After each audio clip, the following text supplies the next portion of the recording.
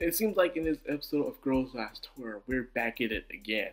Um, Not what it means to be alive, but what is life itself. As in the previous episodes of Girls Last Tour, she was wondering what it means to be alive. What will she do to stay alive? And of course, you need a reason or purpose to be alive, as some would say. However, in this episode, we hit on a topic about life again, but in a different direction. And this time it's about pretty much what it is to be alive. Yes, I know I'm trying to do my best to keep this simple as possible, but I don't think I can. My brain can function that well about it. But yeah, this episode was pretty much they run into a facility where there's a machine that takes care of one single fish. Apparently this is probably the last fish on Earth. Hopefully not.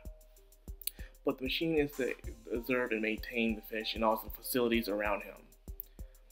And of course they wondered what it means to be alive. How is this thing different from mankind and how is it the same? So therefore you gotta find out what really makes us human. What makes us a true living organism in a way. This machine is very loyal to its duty because it was created to do that, despite the fact that mankind is gone in a way, well, mostly gone. And also, is being human really that much of a compliment when you think about it? If humans were that much of a compliment of that much of a great race, how come we all end up destroying each other in that world based off of greed and war, where we leave the machines behind to do our work even though there's no point in it at all? So yeah, it makes you wonder, even if you're not human, it doesn't really matter if you're not human. Maybe that could be a compliment all on its own, you know?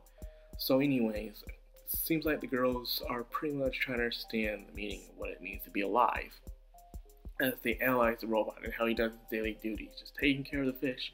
There's also another robot that's there too, that pretty much is there for construction and deconstruction, knocking things down and stuff like that. We'll get to him later on. Right now, let's stick on the meaning of being alive.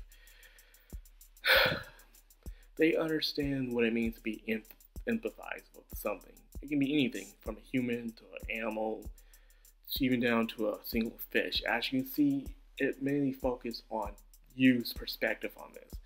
From the very beginning, Yu wanted to eat the fish because she was hungry. She loves to eat, especially living things. Not every day they get to go and eat some meat. So eating a fish would definitely be a big delicacy for her. So as the episode goes on, she keeps asking to eat the fish over and over again. But then, however, it seems like the giant robot comes in and decides to destroy that part of the facility because it's its job. However, destroying that part of the facility will also cause that little fish to die. So Yu decides to take the initiative to protect the fish by destroying the robot, who could be seen as a living thing as well. So, in a way, this is how a life perspective can work. Sometimes we destroy other people so others can live. That's what it was, pretty much. The robot wasn't good, it wasn't evil, it was just doing its job. Just destroying that part facility because it was on the list of being deconstruction. However, the other robot actually went against its orders this time. Its job was to maintain it, but I think if the bigger one was told to destroy something, usually the robot would back off. But this robot had its own sense of empathy, where it wanted to save the fish no matter what. So it asked you to go and help it. So in a way, this robot shows signs of true life, pretty much. It empathized for something else. It also went against orders. That is something that a living creature would do. So of course, it shows that you give one life to protect another, and you could justify it. It depends on you and how you feel about the situation. Some people know if you get rid of someone else's life to save another. Some people will still have nightmares and some traumatization about it because you still get rid of another life, whether that life is good or evil, it was still another life. Now the main endpoint of this episode I want to talk about was, they were talking about Yu. Of course, most of the episode was talking about Yu and how she was able to adapt to things. How, if you notice, Yu is always laid back. Of course, at the end of every episode, you always seem to have an answer to all the problems that they always talk about in the most simplest way. Where Chi, on the other hand, would most of the times have a think and read herself a second guess about things like that. She's always thinking, and when you always think, you always lead to doubt sometimes on your decisions. So the robot clearly said that you was able to adapt to her surroundings because she's so easygoing. She can easily go with the flow, where she, however, cannot do that. She's the exact opposite. She has to think before she does her actions. It could cause her, one, miss out on an opportunity, or two, make the wrong choice. And then again, acting on instinct like you does doesn't always work out for the best as well. So, and have that question that I always wanted to know. Who will be able to survive the best on their own? She or you? You is very good and athletic. She's not that smart, but she's able to seem to deal with people. She'll warm up on them as time goes by. But other than that, she's not a good thinker. But she's able to adapt. So I think if she was on her own, she'll try to find somebody to adapt with, or she'll probably stay guard in some place.